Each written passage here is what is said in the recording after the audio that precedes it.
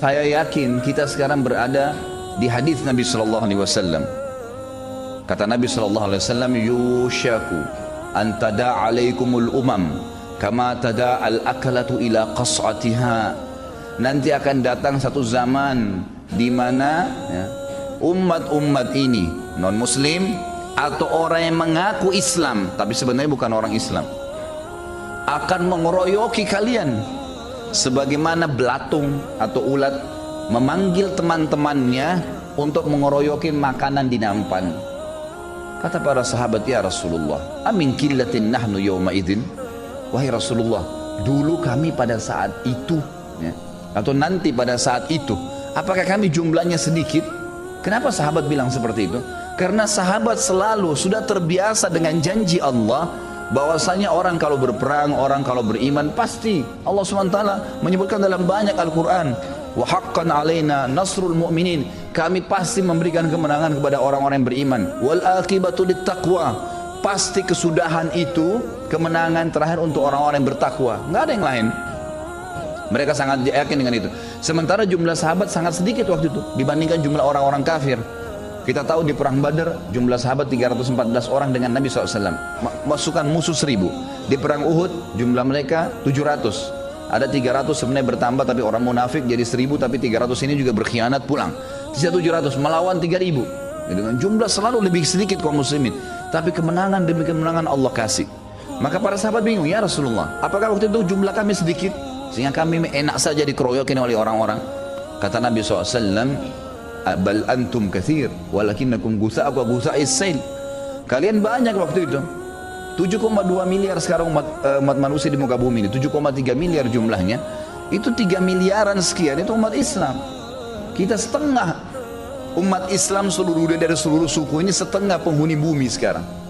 Banyak sekali. Tapi kalian seperti buih di lautan. Lalu kata Nabi SAW, "Wala yanzi'anna Allah min suduri aduwikum al-mahabata minkum." Pada saat itu Allah akan tarik, Allah tarik dari hati-hati musuh kalian rasa takut, segan. Tidak ada lagi takutnya dengan kaum muslimin.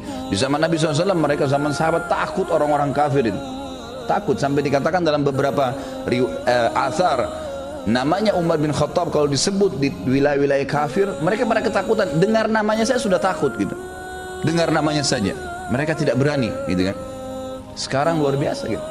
Allah sudah masukkan, Allah akan angkat rasa segan dari hati musuh-musuh kalian. Kenapa sebabnya? Karena kata Nabi SAW pada saat itu dalam hati kalian ada penyakit wahan. Para sahabat mengatakan, "Apa itu wahan ya Rasulullah?" Wahan yang dimaksud ini apa? Karena wahan ini kayak kekacauan gitu, ketidakstabilan. Kata Nabi SAW, hubbud dunya wa karahiyatil maut. Pada saat itu kalian sangat cinta dengan dunia dan kalian takut kematian. Riwayat lain dikatakan hubbud dunya wa karahiyatil jihad. Kalian sudah takut mati, ya, kalian cinta dunia dan kalian benci, tidak suka dengan jihad.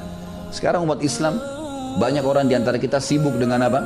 Pendapatan saya apa? Bagaimana saya hidupin keluarga dan anak saya. Titik. Cukup itu. Gajinya berapa? Bayar listrik cukup, transportasi cukup, sudah.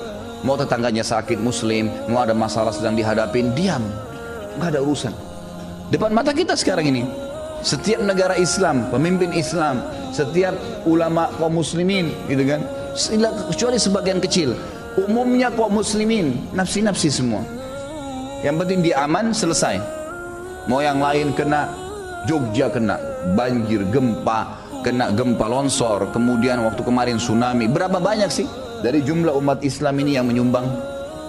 Berapa banyak sumbangan yang masuk dibandingkan dengan jumlah umat Islam waktu itu? Kalau kita hitung persentasenya yang bantu pada saat tsunami terjadi, kemudian di Jogja, banyak yang terjadi masalah di Indonesia, memang ada yang membantu.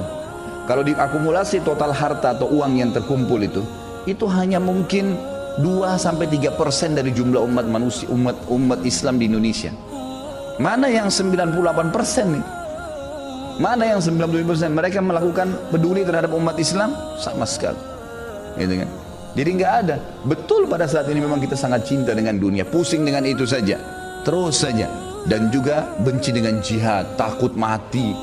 Ya, kalau sakit siap mengeluarkan uang banyak.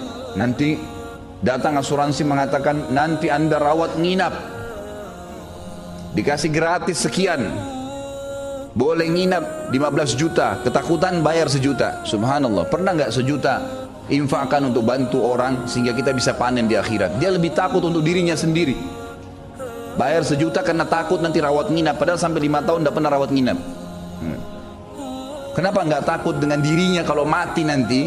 Ya, dia tidak bisa diselamatkan karena nggak ada ibadahnya. Dari mana kita tahu 1 juta yang kita kasih daripada ke asuransi, lebih baik kita kasih ke jalan Allah yang menyelamatkan kita di akhirat nanti. Coba pikir ke poin itu, ikhwan akhwat sekalian. Jangan terus berputar-putar di masalah dunia yang tidak selesai-selesai ini. Rutinitas kita nanti akan ada akhirnya. Kita bangun pagi, mandi, sarapan, keluar aktivitas, kemudian siang lagi, sore, malam lagi tidur. Ada subhanallah orang-orang Islam begitu, cuma tahu makan, minum, tidur, kerja, selesai. Dari sisi lain, saudara-saudara kita di Myanmar sekarang, di Burma, Rohingya yang kita tahu, luar biasa. Saya lihat gambarnya nggak masuk di akal saya, ikhwan sekalian. Ada manusia seperti mereka ini luar biasa. Ini teroris yang sebenarnya ini, bukan orang yang berjenggot, bukan orang yang sholat di masjid, bukan yang dahinya hitam. Ini teroris-teroris nih, bisa subhanallah membakar anak kecil. Saya lihat gambarnya sendiri, anak kecil diikat di satu kayu yang panjang. Kemudian ada satu orang Buddha dipegang dari sebelah sana, sebelah sini satu, terus dibakar, dipanggang kayak bakar kambing. Manusia loh ini, anak kecil lagi.